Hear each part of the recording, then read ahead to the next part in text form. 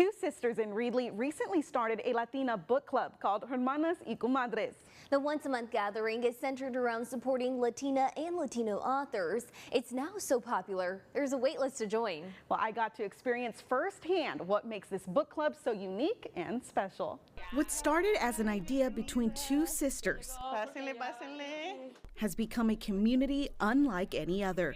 My little one can't pronounce the L. Well, going back to the beginning, when we thought about a book club, we really both enjoyed reading. And we had other friends that enjoy reading as well. There was just no space for us, or we didn't identify with any other group. So we're like, let's create ourselves. That's when the Hermanas y Comadres Latina Book Club was formed, hosting their first meeting back in March in Diaz's home.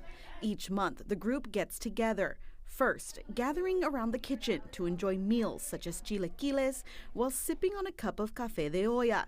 The center table in the living room covered with Mexican dishes and colorful flowers, creating a space for the women to feel at home and empowered by their Latina roots.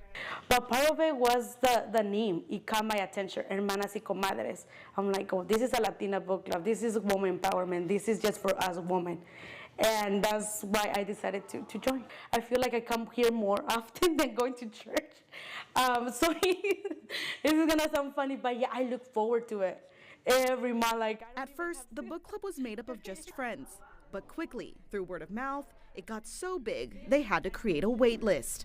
Those who already have a spot are thankful to be part of this growing community. I feel very grateful because I know, like, even the author Alejandra in the Zoom meeting, she said, like, man, I wish I had something like this, you know, when I was growing up, because like it's a therapy session, like, you know, that's kind of what I call it, because you got to be very vulnerable and you're sharing things that I probably hadn't even expressed to my family about, but I'm sharing that with these women here. When Hermanas y Comadres meets, it's normal to see tears as well as hugs as the women open up about deep issues and topics that are centered around the book they are reading. In August, the book club read First Gen, written by Alejandra Campoverde, where she made a promise to keep it real, being open and transparent about life's struggles, traumas, and difficulties many Latinas face. So spaces like this are so critical and so supportive and beautiful because you're coming together and alleviating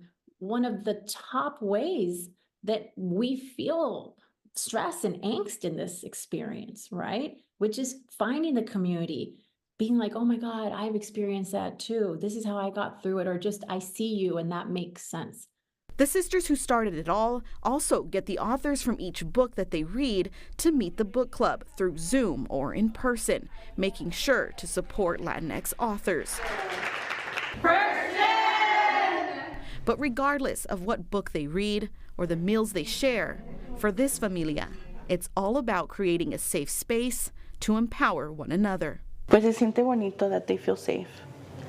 And they were able to offer that small space that they need to allow to be vulnerable. Yeah, because I know that it's a space that we needed and that we cherish and we take care of, and to give that to them, it feels good. Thank you for watching KC24's celebration of Hispanic heritage. You can find these stories and others highlighting Latinos throughout the community on our website, yourcentralvalley.com. We hope you have a pleasant evening.